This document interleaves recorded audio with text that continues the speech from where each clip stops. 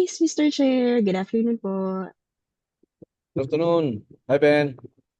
Hello, Angel. How are you? Good. How are you? Good, good. Pagod. A lot of work. I think that's good, no?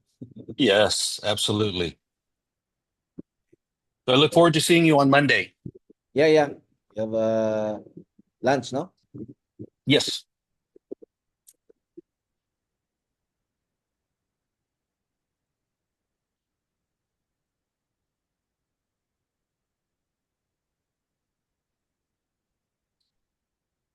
Right. Are you in Manila na? I am, Pasay.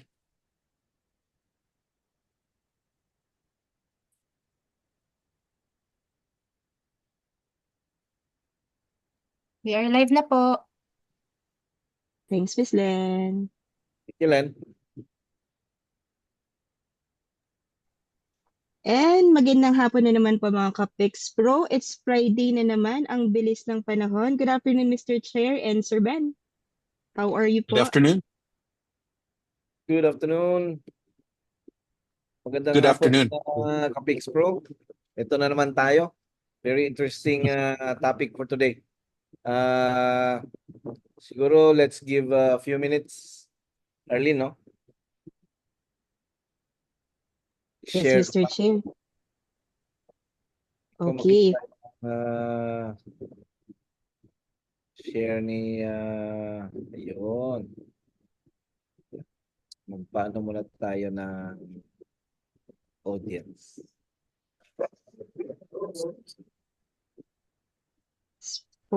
It's been a very busy. Kagagaling lang natin sa holiday. Parang ang daming na nangyari right after. Medyo nagpahinga si Casey natin ng November to give way, of course, to the uh to the to the All Souls Day and All Saints Day celebration here in the Philippines. So we're back, and hopefully everyone had the opportunity to spend some quality time with your loved ones, and of course to pay respect po sa ating mga mahal sa buhay. Lalo na namayapa na po during those times. And Mr. Chair, kamusta ang ating happy lang walang weekend moment? Well, the usual, hindi naman tayo nagpapahinga. Kahit anytime, any day, nasa ano pa rin tayo, either nasa trabaho or nasa advocacy.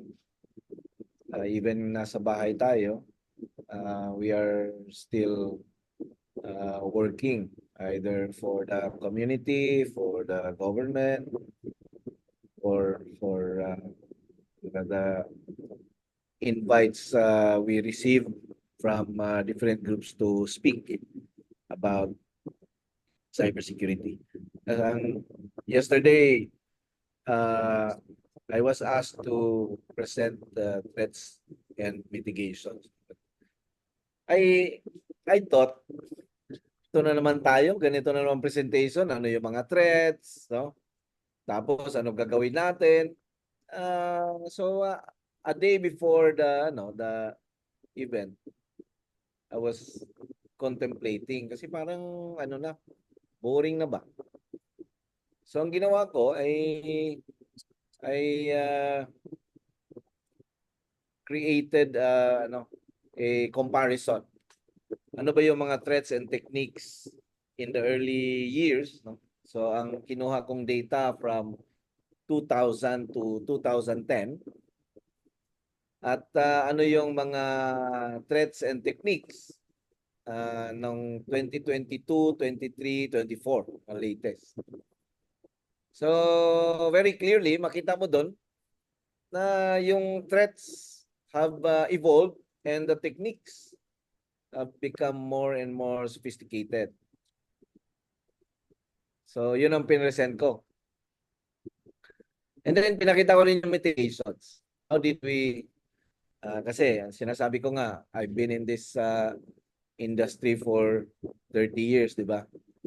Bago pa tayo nagkaroon ng firewall dito sa Pilipinas, meron na tayong mga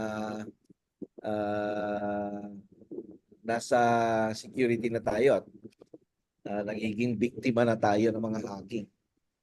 So I presented how we used to do mitigations and how we are doing mitigations now. So nakita natin ang laki ng improvement ng mitigations. We have very intelligent countermeasures, machine learning, AI, But then, if we are going to review the data, the financial losses, and the data being stolen due to cyber attacks, it's been increasing year on year. It never went down. So, yun yung medyo natulala yung audience natin kasi hindi pala tayo, we are just putting more money, more people, more time, more effort. But if we are going to measure the success, it is not very significant. We are just counting the pins. Wala tayo, hindi natin talaga alam kung we are winning. And that is why we continue to engage solutions that and companies that are innovating or innovative, to say that we'd be able to make a difference or significant difference if we are going to partner or engage with these solutions or this vendor. And I think today we have the perfect speaker coming from a vendor that, there are two perspectives in attacks, di ba? Yung nasa loob na at yung nasa labas pa lang. Karamihan ng mga approach natin, yung nasa loob na. Firewall, yung IPS, EDR, all those capabilities. Ang hindi visible sa atin, na blinded tayo, kung ano yung ginagamit ng mga threat actors to get inside our environment, mga reconnaissance nila, yung kanilang weaponization, alam nila yung butas mo, makakagawa sila ng So I think, Arlene, we have the partner today that is addressing the external or before the actual attack scenario, and it will help organizations improve their posture long before the attacks are launched against them. Am I right, Ben? Thank you, Sir Angel. Yes, exactly. It's understanding the enemy. That's what we don't do right now. We do a lot of defensive measures. We rely on resilience. We rely on tools. But what we don't recognize is that these threat actors are human beings. They're bad human beings. And we have to understand them, their motives, and what they're trying to do, because we cannot win this cyber war purely defensive. It's not possible. They've already infiltrated and bypassed all of our mechanisms. But if we understand the threat, we are better able to protect ourselves because we have this advanced knowledge. And this is what happens in any war, right? I mean, enemies will perform reconnaissance on each other. Where are the ground troops? What is the size of it? Where are they shifting to? The problem that we have here is that we have an adversary who is faceless, who hides behind proxies and VPNs and just anonymity. So it's hard to do that. But if we use data to solve and look at these challenges in cybersecurity, I think we will start to make some footprint in the success against these threat actors. Interesting. Okay, so good afternoon, everyone. Ben, you are being watched from as far as Aurora Province, Quezon Oh, Province, Cebu Province, La Union Province, uh, Negros.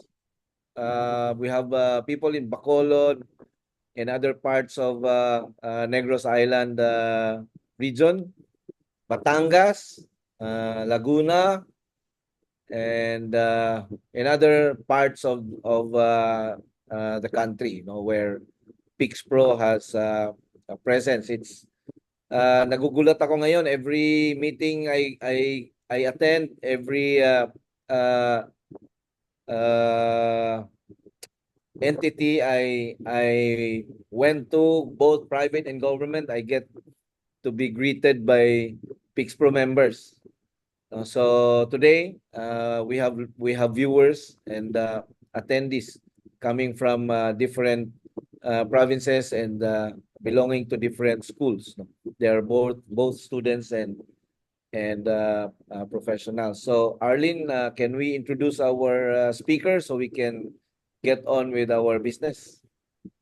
Definitely, Mr. Chair. So our speaker for today's Kwentuhang Cybersecurity session is currently the Chief Operating Officer of the Asia Pacific region with Resecurity, a cybersecurity threat intelligence provider. So for this today's topic, he is going to talk about identity protection for enterprises. So hindi ko na po pahahabain to. And take note mo, Filipino po siya, isa po siyang Cebuano. And I am proud to introduce you, of course, Mr. Ben Wano. Good afternoon, sir. Officially, welcome to Kwentuhang Cybersecurity. thank you very much, Arlene, and welcome to everyone. So please understand, I am Cebuano, pero I was born in the United States, so I do not speak the language. But I understand, konti, just a little bit, enough. So, pasensya, please, excuse me if I'm not able to converse in the native language. As Arlene had mentioned, I am the Chief Operating Officer here in Asia Pacific. I'm actually based out of Bangkok, Thailand. But resecurity over the past 2.5 to 3 years has seen an alarming increase of threat actor activity in this region. So it became prudent for me to be boots on the ground, embedded here in the Asia Pacific region, to be able to help our customers identify who these bad people are and what they are trying to do. And the topic of my discussion today is simply strengthening your identity protection. Threat actors have very many motives, and trying to understand them really is key for the protection of your identities.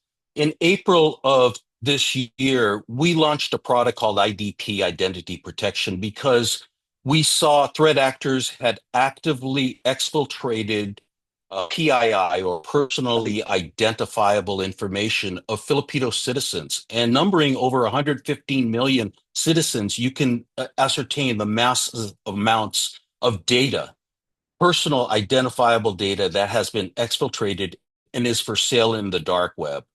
So what I'm going to show you today are techniques, or actually ways to look at cybersecurity and trying to solve these problems in 2024 and in 2025 moving forward.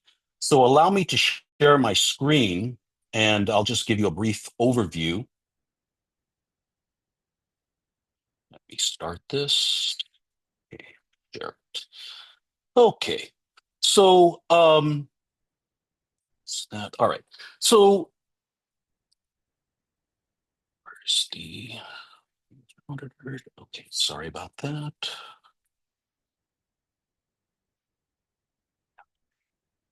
Just 1 second.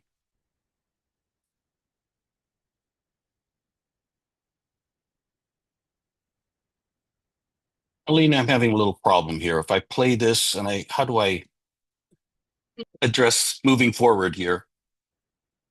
Let's see. Arlene? Yes, Mr. Chair. So It doesn't play, Sir Ben?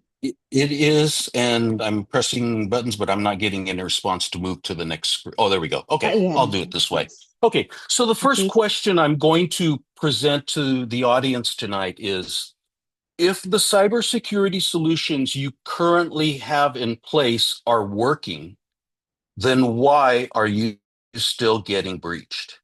And it's really an important question to kind of ponder, and let's be honest and come to the table and say, why am I still getting breached with all of these solutions, these new technologies, this new hardware, this new software app that I've installed, and I still keep getting breached? Why is that? You really need to answer that question. And when we look at customers and interview potential customers, the first thing we look at is we say, how does this apply to you? And what is your typical response, either objectively or emotionally at first? Because first of all, when you say you are breached, there is a defensive screen that comes up. They don't want to discuss it. There's a shaming factor, and we recognize that. So we want to be able to promote dialogue, right, in order to maintain and increase our cyber resilience. So what we hear is that there's just too much noise. I don't know what is the real threat. I get data feeds, but I still have to have a team verify those feeds because they're open source. I don't know if they're good or if they're bad or if they're leading me down a path that I may not return. Others have said the security theater is so wide. There's so much to monitor. And, I may or may not have the resources to do that. Many companies in Asia Pacific do not have teams that can do this type of work in intelligence gathering and threat hunting. Once you get the intelligence, what do you do with it? We've never had this before, as Sir Angel had said 20 years ago. We simply observed threats or malware or antivirus, and they were simply wanting to knock out systems, trying to prevent any type of communications. Now, with the interconnectivity, demands of ransomware, malware, encrypted files, there's a lot more visibility into the networks. And we're not doing a very good job of protecting that. They're bypassing firewalls, EDRs, MDR, XDRs. And why? Because threat actors constantly change the telemetry of access into your networks. So unless you recognize that, we will probably be fighting a defensive battle for the near future. There are competing priorities. Do you know what is outside of your firewall? Are you so dependent on your firewall that that will protect you? And when you do get breached, where's the blame? First, the CISO is to blame because either he or she did not detect this or did not have the means to have any type of software or some type of detection. So there are these priorities. And then, of course, there's the common one where we have a resource constraint. I only have X amount of people, and I have X amount of people to do help desk, to reimage computers, to be able to form analysis, and then generally to be an IT support for anything and everything in this company. So there are not any dedicated resources, or there are a lot of shared functionality.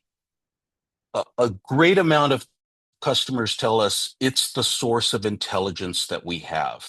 And we tell you that if your cybersecurity vendor only gives you a limited amount of information and says, this is the intelligence we gather, make it work for your company. We call that commodity or off the shelf. Whatever they can get, they give you, and they brand it as intelligence. You need to find a vendor that gives you intelligence that, number one, supports your mission. Does it meet my objectives? Is it going to give me intelligence that will help me protect my infrastructure? We call that very specific or tailored intelligence. And that is what every company needs, not just commodity, not just threat information. It's intelligence. And let's talk about that for a little bit. There's the whole connotation of my cybersecurity vendor does threat intelligence, whereas the reality is they do threat information. And why is that?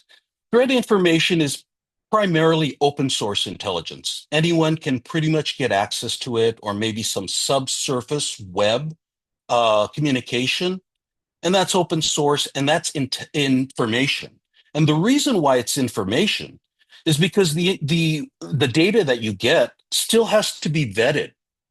It still has to be verified. Okay, it takes team members, dedicated team members who know how to do this, to be able to use ours to be able to take this data and verify it. Intelligence, as defined, is simply that the information that you have has been verified, has been vetted, and is truly actionable. What I mean by actionable is that there is a course of remediation. You identify the problem, and here are the steps to resolve. That's the difference between threat information and threat intelligence. And if your cybersecurity vendor is telling you they provide you threat intelligence and just give you a data feed, that's not intelligence. Then there's also the lack of coverage. We have, let's say, multinational companies who have offices in South America, in the Middle East, but the cyber threat vendor cannot provide that type of global threat intelligence, and that can be a problem. The whole marketing reality is this. Many CISOs believe I have 150 data feeds. I'm good. It tells me everything about my infrastructure. But the reality of this is that it doesn't specifically address your mission. Having all those data feeds still needs to be verified, so it demands, manpower or people power, your team, to be able to do that. And then lastly, there's a point in time, and that is if your team is solely focused on CVEs, defects that come up. I need to patch. I need to do this. I need to upgrade, where you're not really looking outside your firewall and looking at those planned attacks that are coming against you. And that can be a big problem. One thing is certain, cyber threats constantly evolve.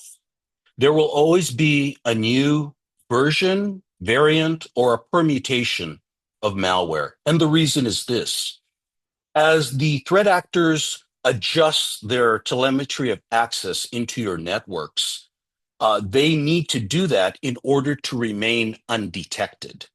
Because the objective of threat actors, number one, is to get into your networks. They want to be in there in your endpoints undetected because they want to perform a reconnaissance of your entire network, looking for open shares, open files, directories, finance portals. They find a computer in your endpoint or in your network that has access to a finance portal. They will then drop a keystroke logger on there to grab the credentials.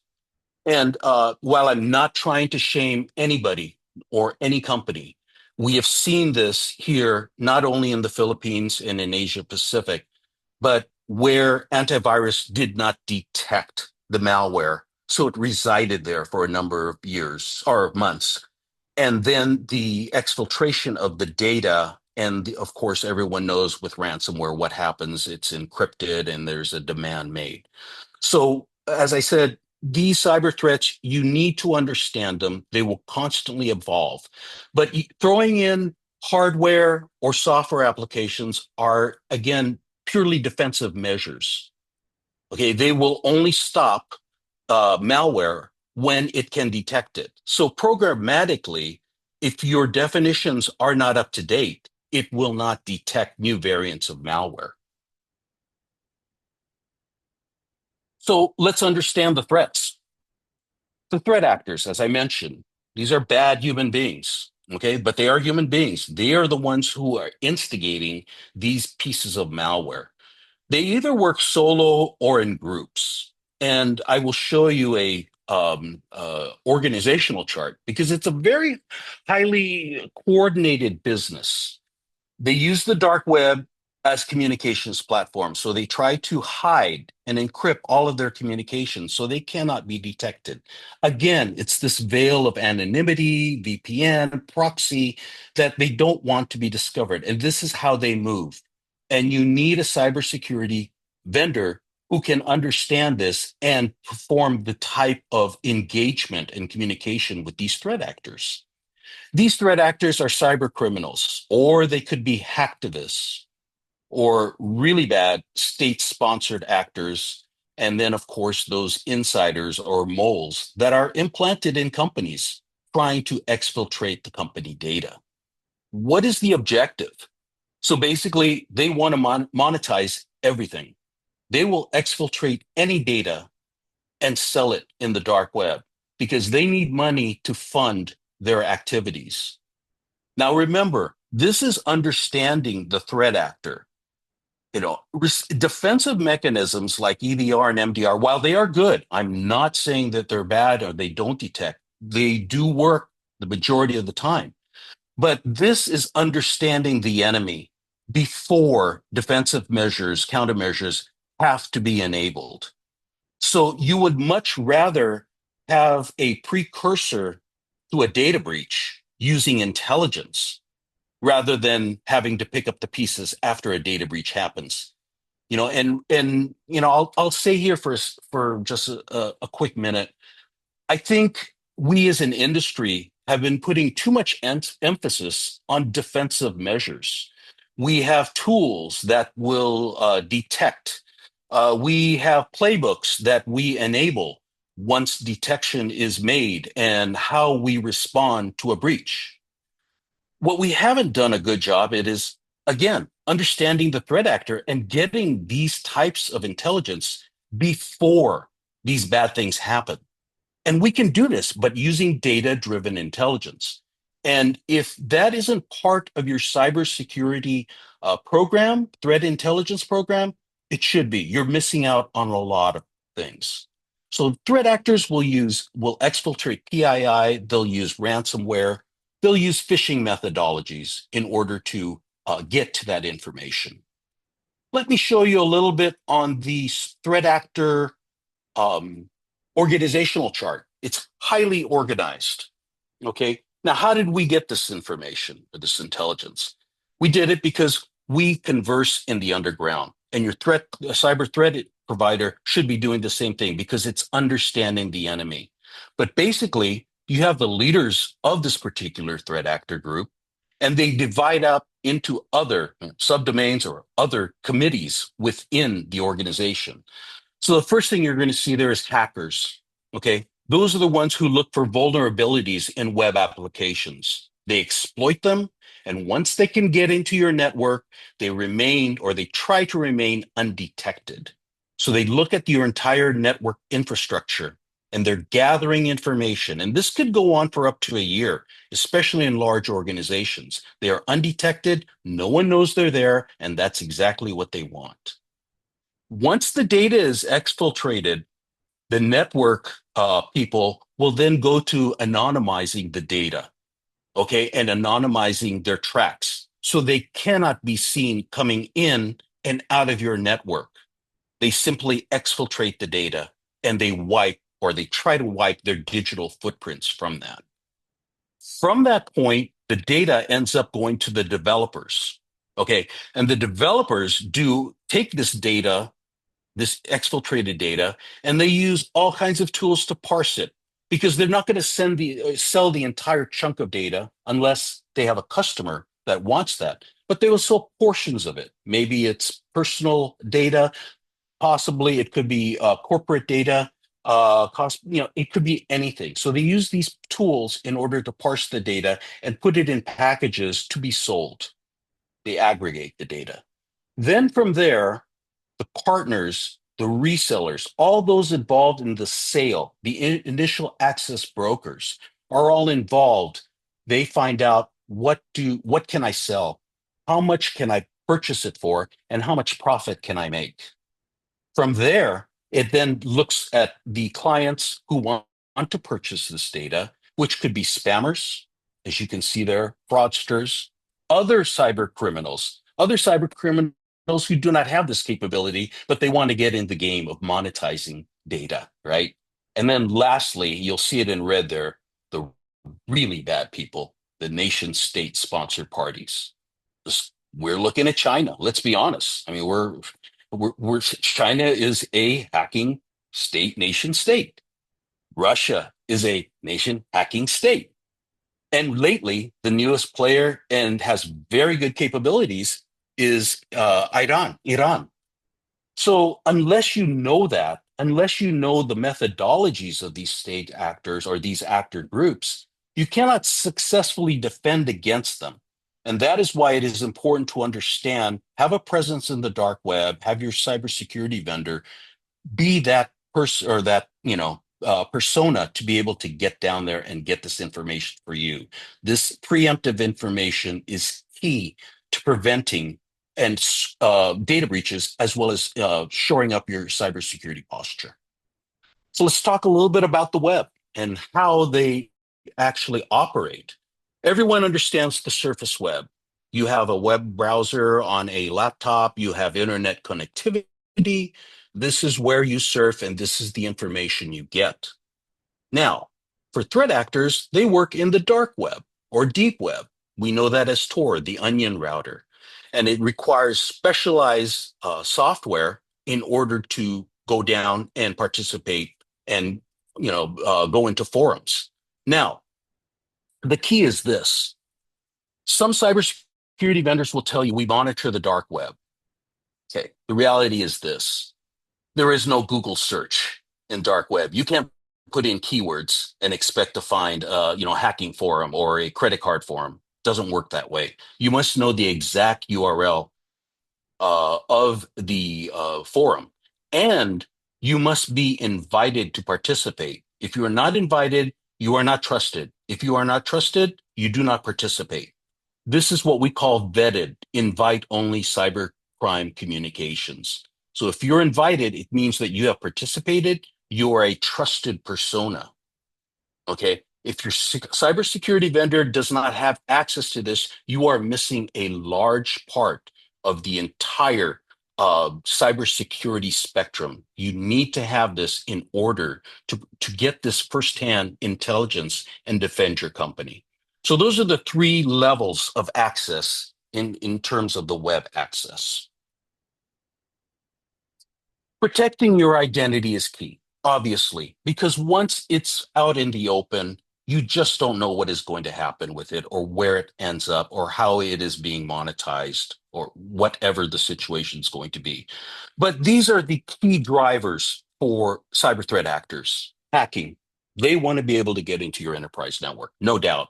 File devices, storages, sensitive portals, anything that remotely resembles any type of corporate brand, they are going to get into. And it only takes one threat actor and one bad credential to get into networks undetected.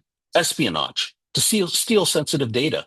Take that data, put it for sale in the dark web to the highest bidder, for governments, law enforcement, especially military, selling these secrets of how training is done, what types of weapons are used. This is all key, and this is very sensitive data, your intellectual property. If you have code that you've developed for your software apps that are proprietary, that's your IP. They want that. They want to be able to sell that in the dark web. Attack your users, especially third party.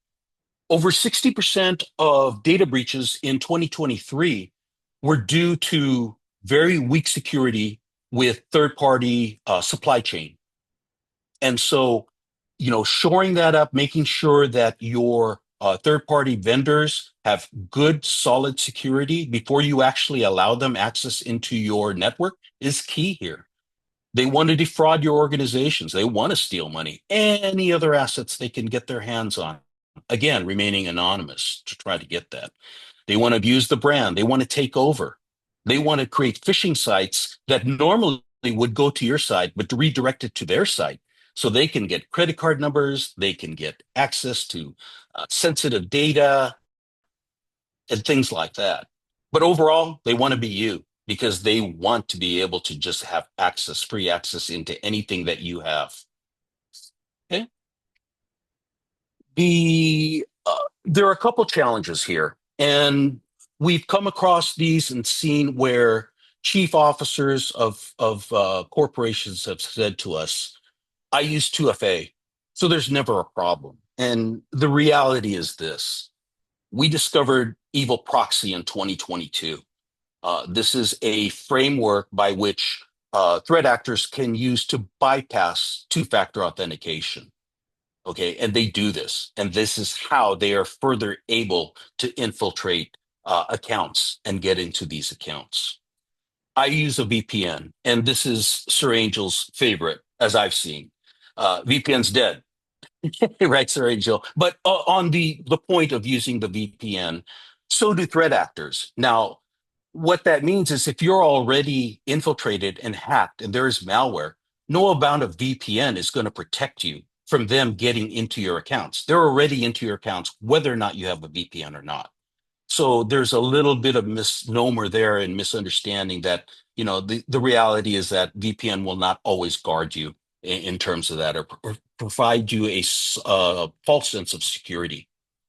Here's another. I use an identity monitoring service. And the reality is this.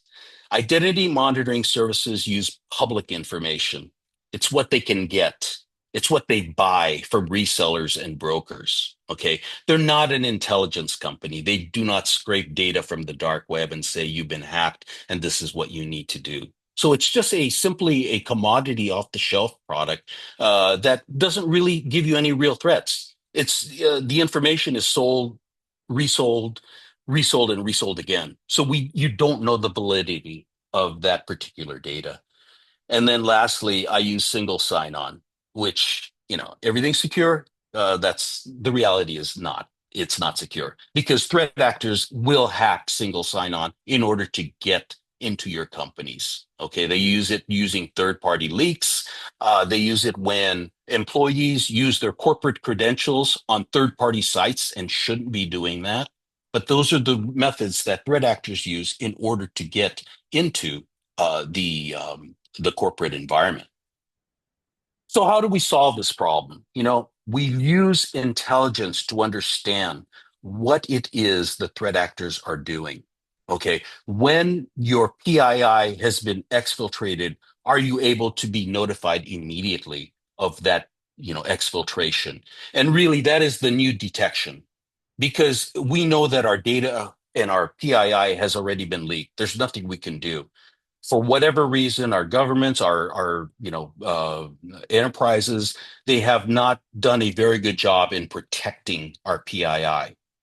And so, we need to be notified immediately of when that is. You need to take, more responsibility in watching your credit, watching who is using your cards or you're using your identity. And so first identification is key in this case. Let's talk about PII, personally identifiable information. And these are all of the things. That's why you always hear be careful what you post on social media. Why? Hackers are looking and for data about you. They're going to go into your social media profile. They're going to see who the associations are. Who are your friends? Who are your Facebook friends? Who are your Instagram friends? And they will go and try to fish them to try to get into their accounts. So it is a challenge for us because we are all now becoming very social and interactive to maintain our PII, private identifiable information that needs to be safeguarded at all costs. In Singapore, they released a product called SingPass, the national ID card. We started hearing things about how they were being sold in the underground. That's a concern because everything about the citizen is located on that national ID card. So now they can easily have access into accounts, impersonation, try to get into government services is what they will do. Your name, your email, your phone number, any family relations, they'll fish them too. They look at your payment data, all of the metadata that you do not see in this data, that is the data behind what they are able to, tells a lot about you, tells a lot about the customer, tells a lot about the endpoint. So this is why we need to really become resilient to the fact that our data and our PII has been exfiltrated. What is next? What do we have to do to maintain the safeguard our PII? So let me just, sorry about that. Our platform has this, we have over data sources. We're all about data. And I think that's what you need to take away from my presentation today is it's great to have defensive measures in end, but really you need data in order and intelligence in order to solve cybersecurity problems. Here is an example of data-driven or human intelligence that we gathered just within the last few days, November 3rd. This is a threat actor who is selling samples or selling databases of all of these government websites. Okay, dict.gov.ph. Again, I'm not trying to shame anyone. We have to be comfortable with the fact that if we're called out, we need to be responsible. We need to investigate, first of all, immediately, because the livelihood of the Philippines and our Filipino citizens is at stake here. These threat actors are bad people. They need to be stopped, but only if we can identify who they are. And here you can see they were giving away, or they will provide samples of what they have, the data that we have. This is not tolerable. This is not a way of winning the cybersecurity war when we do not, identify who these threat actors are. We've also known for some time that threat actors are using different vehicles of delivery. So not only are we worried about the landlines and anything through, cable on the ground, they are now brute forcing modems that sync to the VSATs satellites, and they are using satellites as a delivery mechanism for their payloads. As you can see here, we intercepted and sniffed a lot of this nation state threat actor activity because they submitted this in transit via the modems. So again, your threat provider, intelligence provider, should know about this or provide this to you, especially if your company is being talked about. Okay. So again, we say, really, it's great that you have these systems in place. It's not about a feature or function. It's all about intelligence. Okay. Answer the question, are you targeted or are you breached? And if your systems can't tell you that, you need intelligence beyond, to be able to answer those questions because intelligence will answer that for you and give you a fairly predictive assessment of your cybersecurity posture. Look at the threats. There are a lot of threats actors. Look at the actual threat target landscape. What is it that you operate in, and what are the threat actors talking about, and are they trying to target you? If you have SIMs, SOARs, Splunk, some type of a network aggregation or visualization, look at integrating enriched data feeds to help give you a better picture of the telemetry of how these threat actors operate. Don't be purely defensive. Be offensive and be able to use intelligence to your advantage. And then lastly, review the source of intelligence that you have. Am I using open source? Am I using closed source? What types of data feeds am I able to procure? And what is the quality of my intelligence? Because at the end of the day, it is all about the quality of your intelligence. Okay. And thank you very much for listening to my presentation. I'm going to stop here and, I'll go back to Arlene and see if you have any questions. Okay, thank you very much, Sir Ben. That was a very intriguing, I guess, presentation, very mind-opening. So nobody is really protected at this point. Mr. Chair, you have something to say? Well, it's not new to me, but it still creates worries every time I hear about this uh, unknowns. That is our one of our biggest problems in cybersecurity is every day there are new unknowns. And if we are going to talk about security based on our own perspective, then that will be our failure. Because if we start considering the possibilities out there, it's endless. The sky is the limit, and and our capabilities, our knowledge, what we know, what we have is never enough. So this is why we it's not enough engaging technologies for reactive defense or even AI and machine learning. It's not enough. No, we need information. We need more information. And in our framework, we call that the predictive capability.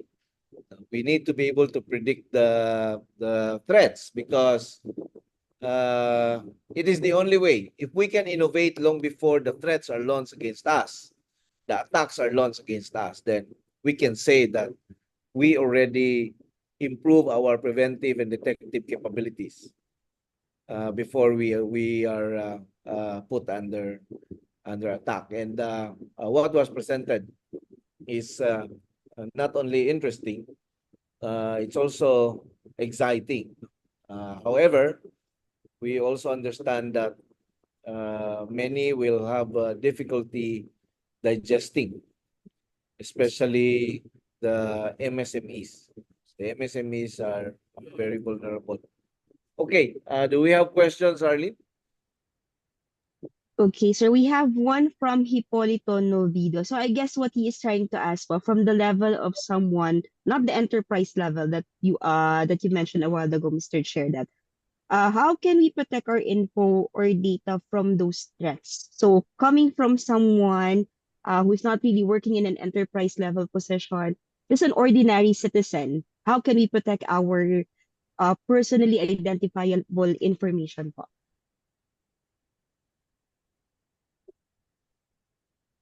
Okay, I wasn't sure if Sir Angel was answering, but from our standpoint, PII, as I've said, is really key. Should be a key driver moving forward. So how do we do that? When we post responsibly on social media. That is, you don't give locations of where you're at, or minimize it at least, because they follow you. They know where you are. If they know you're on vacation and somehow they manage to get your address, exactly, right? You don't want to publicly know that. I mean, it's great that you share pictures. It really is. You want to keep the family informed, but be very mindful that what you say can work against you.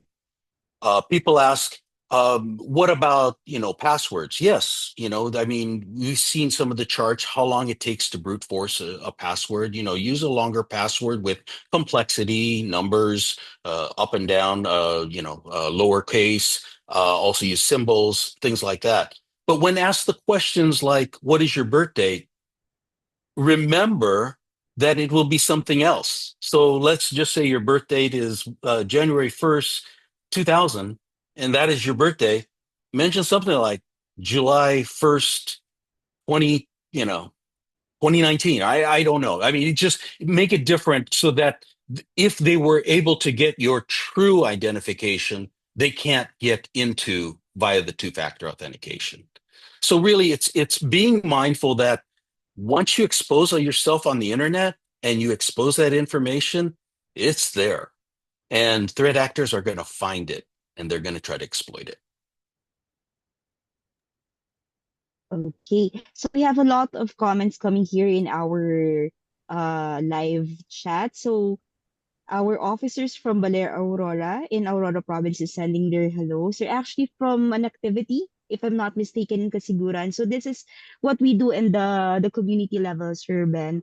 What we try to do to promote cybersecurity awareness and education, especially on the community level, because we do not have all the resources available, of course, to cater to everybody. So what we do is we go to the grounds, they would go to the community so that everyone will have a grasp what cybersecurity is all about because it is everybody's responsibility. So we try to give that awareness and bring it back to the grass level. So hello po sa inyo dyan. I also saw here. Speaking of Aurora, Ben, we are trying to schedule a one-day event in Aurora. Pix Pro with Pix Pro chapter there and the Junior Pix Pro. and we'd like to. We are planning to do a cybersecurity awareness for the businesses in Aurora, and hopefully the LGUs as well. If you guys are if it's part of your strategy, although Yes. there are no big companies in Aurora, but there are a lot of vulnerable uh, companies or businesses and individuals in Aurora. We'd like to bring you to Aurora for a 1 day session and another Mhm. day surfing. Yeah.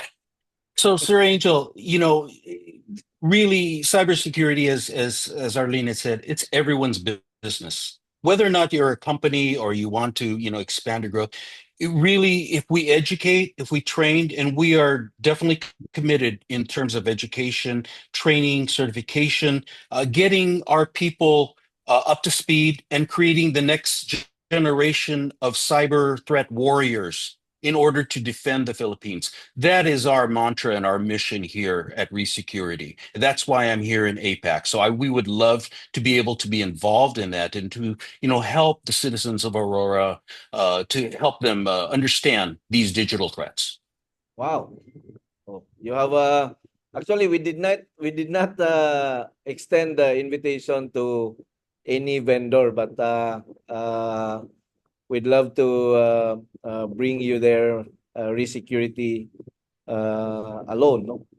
If you Ca- must know. So Count not on only that, us. not only that, we have the Pix Pro cybersecurity certified professional program, Mhm, mhm, uh, which we will be running again. We hope to run it in December because we need new talents, new skills. We have mhm. companies who are, I mean, for our company alone, we're gonna be needing at least between 5 to 10 more uh, young professionals, and we don't hire unless they went through the Pix Pro cybersecurity certified professional program. We can have Okay. security as one of the training provider, no? Training for one of the vendors. We usually get three. We already have two, and we can have security again if that is part of your strategy also to bring and produce more cybersecurity professionals. Uh, Talking about that, no, because I think we will be getting more candidates from additional candidates from our Aurora chapter this time. Uh, Although we always say that cybersecurity is not for everyone. No? That's why the vetting process is done through two levels. First, the Pix Pro chapter who will endorse will do the vetting, and then the last level is the national officers and the board will vet the candidates. We do that in our record. The graduates, they get hired almost instantly or first time they apply for a job. So as for us, Great. we get seven from the last batch. We hired seven, and then we are looking to hire more after this project. So these are the ways we as a technology partner, Resecurity, you'll be one of the few technology partners that we will retain as towards the end of the year. We will be uh, removing uh, some technology partners, and we focus on technology partners that are highly innovative and that we believe can provide significant impact in this growing problem. So we hope Happy to to be. Yeah, we have to have you in Aurora. It's a Baler is a very nice place, no? Although it's a long drive, but once you're there, it's worth the long travel. With Travel. people are so nice, and the food is great, and the beach Okay. is really. We met their congressman when we were there. I think the chapter President Sherwin is here, no? Watching, and his chapter officer. And the congressman himself was very supportive with the idea of having a cybersecurity initiative. And also the we were not able to meet the governor, but he sent his administrator, no? His administrator. We met with him, and they are. I think during that meeting they were gonna provide Pix Pro Aurora an office in Nice. Capitol. So and Ascot, the state college in Aurora, is also very supportive in cybersecurity initiatives. So we talked with the head of the president of the Mhm. school, and he was talking about innovation, and cybersecurity is part of it. So it's a province that's really worth our full support, especially Ben, that risk security is a solution that is, I can say, outside the box. It is outside of the traditional approach, outside of the traditional thinking, outside of that traditional mindset. No? It is working. It is a new discipline, but with can provide significant impact. Thank All you, right. Sir Chair. Yes.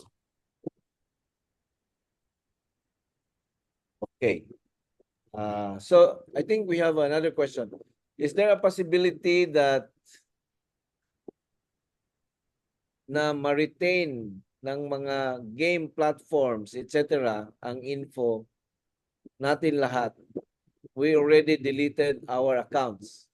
Can we prevent it? Okay, Ben, you're the best guy to answer this. So if you remember, I think this app is still on. Is it the Pokemon Go or something like that, where you? Yeah, you Oh, catch okay. my Pokemon. So I'm advising and telling everyone on this conference call, get it out of your phones. And I'm being very serious about this because it it catches geolocation data wherever you go. And why are we transmitting that data to the back door? And it's going to someone in the north of us. Okay. I'll leave it at that without having to be so bold. But why is that necessary? And why was that built into the application?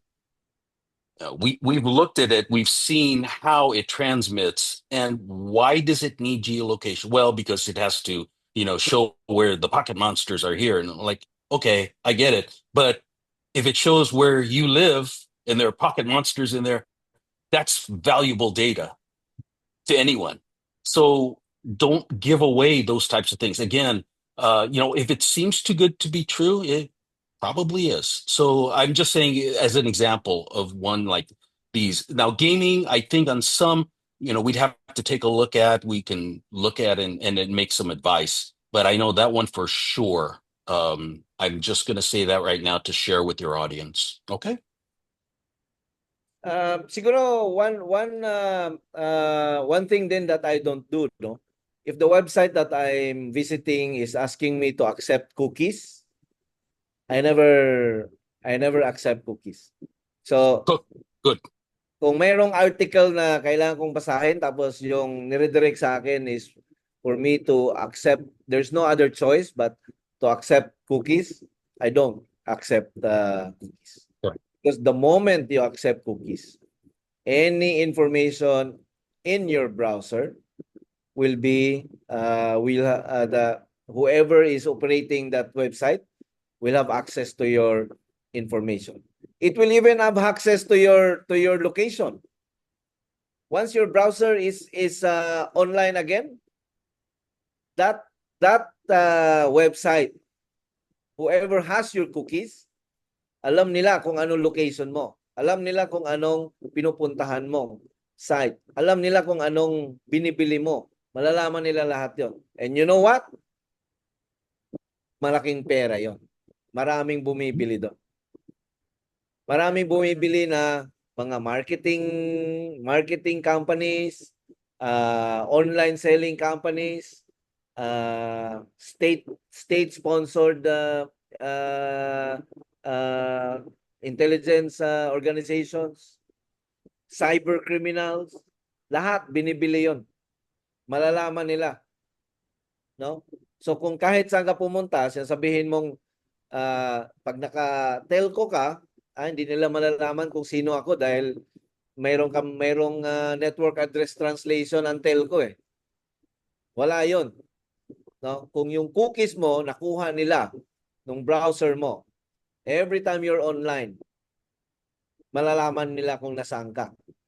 Ngayon, kung yung katabi mo na cookies, yung cookies niya nakuha din, alam nila magkasama kayo. Malalaman nila 'yon. That specific, zero talaga yung nun. No? Mazi-zero talaga kayo. So, kahit hindi ko na mabasa yung kailangan kong basahin, hindi ko ina-accept yung cookies. No? Now, if you accepted cookies before, then you're already part of the database. So, you better clean up your history, remove all your, delete all your cookies and start again. No? Because every company na mayroong cookie sa'yo, yung nag-ano ka ng login mo, no? Na hindi disconnect yung browser mo, nalalaman nila lahat ng ginagawa mo, and that is very dangerous. No? Sabi nila, yung personal information natin ay ang bagong gold mine ngayon. It can be sold and it can be used against you. That's true. Okay, So always be careful. Yes, Yep. Mr. Chair. Arlene, it's already 6:01 and Yes. kahit na buong araw hindi tayo matatapos. Very interesting topic, of course, as usual. So this triggers for part 2 po, Sir Ben. Definitely. So Thank this you. would be the Teka, ito end na of lang kay part 2. Michael Yero, maganda tong ano niya. Going through dark web or deep web, better use a more secured OS like Tails. We agree, no? Ang problema lang, hindi kasi lahat techie eh. Di ba? 99.9% of internet users are non-techie. There are only 0.1% of us who are techie. So, alam din ng mga threat actors 'yan, no? Every time mayroong mga awareness and education program na technical, sasabihin ng threat actors, hindi lahat nakakaintindi diyan. Diyan sa 100 na attendees nyo, mga 80 pa rin mabibiktima natin namin diyan. Diba? So it's a challenge. Kasi we have to make sure that the education and awareness approach can be understood by the parents in the house, the children in the house, those who are working in non-IT environment. So that is very important. Ben? Absolutely agree. It's in education, and it's, we talk about resilience, we talk about these things. These are all necessary components and part of an overall strategy that we have to get into changing our mindset about how we look at cybersecurity. And if we pursue it with the thing of, I use this term, whether or not you agree with me or with anyone, We are at a war. We are at a cyber war right now, to speak.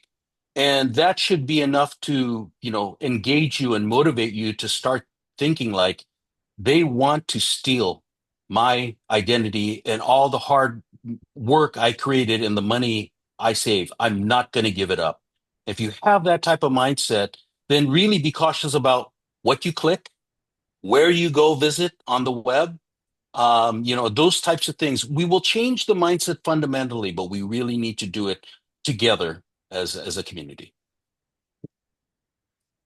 Amen. Amen to that. And I would like to ano rin po, to connect what Sir Ben mentioned a while ago about 2 years from now, 5 years from now, we are going to leave the industry, the cybersecurity industry. But at the end of the day, what the legacy that we're going to leave behind by creating more cyber warriors, cyber defenders, cyber aware people, that would be the defense that we're going to leave behind for futures to come. So we have to fortify not only our defenses but also our passion, our interest to pursue cybersecurity education and awareness to make a better Philippine cyberspace, to make a better global cyberspace for everyone. So maraming salamat po. Mr. Chair, you have anything to say more? Well, it's already 6:04 and the message has been delivered. Definitely, this will not be the last time we will be inviting Ben and Resecurity in this panel, no? In this forum. And if we can fix the schedule with Ben for the Aurora event, that would boost the education and awareness level of not only the cybersecurity professionals in Aurora, but the community in Aurora who are also considered as very vulnerable, no, to these attacks, both individuals and the businesses, and even I think the local government units in Aurora. So Ben, with this, we'd like to express our gratitude for being a technology partner of PixPro. What we are doing is not for PixPro, but this is for the community.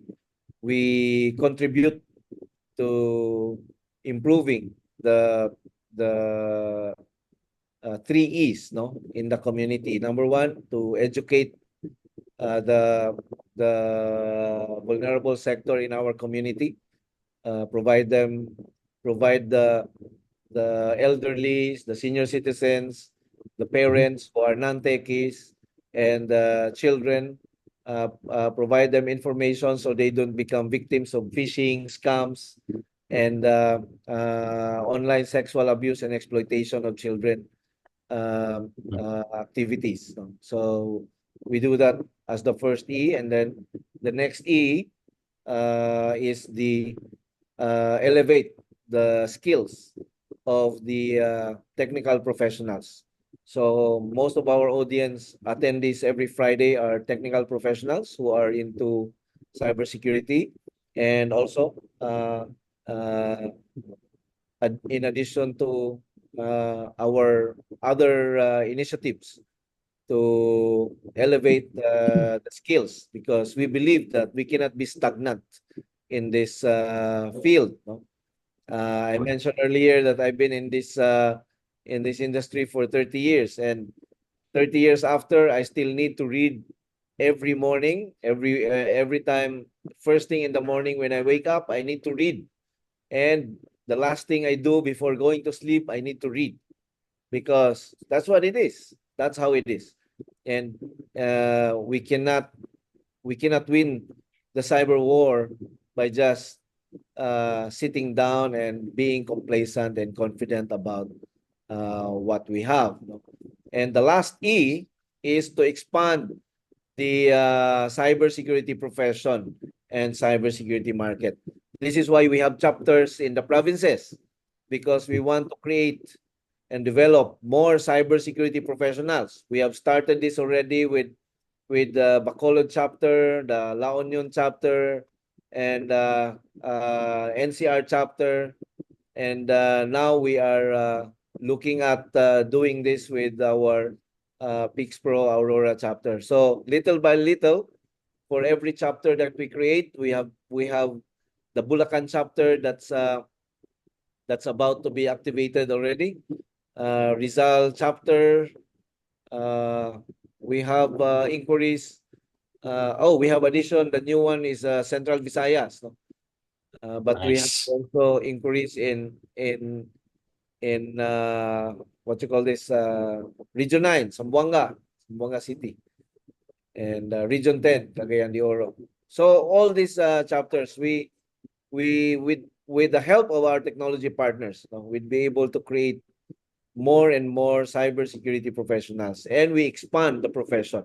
Because today, I mean, our people in Bacolod, they stay in Bacolod. They don't have to be here because they are incident responders.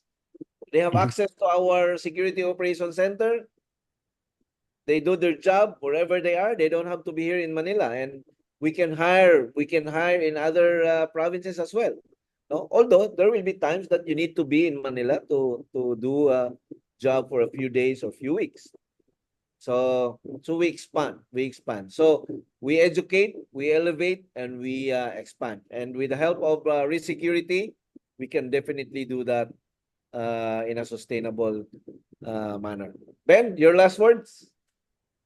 No last words for me. Thank you for the opportunity to speak today, to share the knowledge. If there's anything that needs clarification or you have questions, just simple questions, it really starts the engagement and the conversation there. And the more we remained engaged among a community, among cybersecurity professionals, the more knowledge we obtain and the better we can be to fight off these cyber threats. So thank you for allowing me to present today.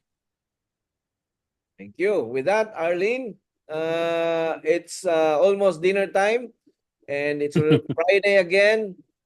And sabi nga nila, happy weekend na naman. Pero sa cybersecurity, happy Walang- lang. Bilang Walang weekend. Yes, that's true. Thank you, Ben. Thank you See very you on much. Monday. Thank Thank you, Sir you. Ben. Thank you, Mr. Okay, thank Chair. you. Have a great Bye-bye weekend, now. everybody. Bye. Thank you.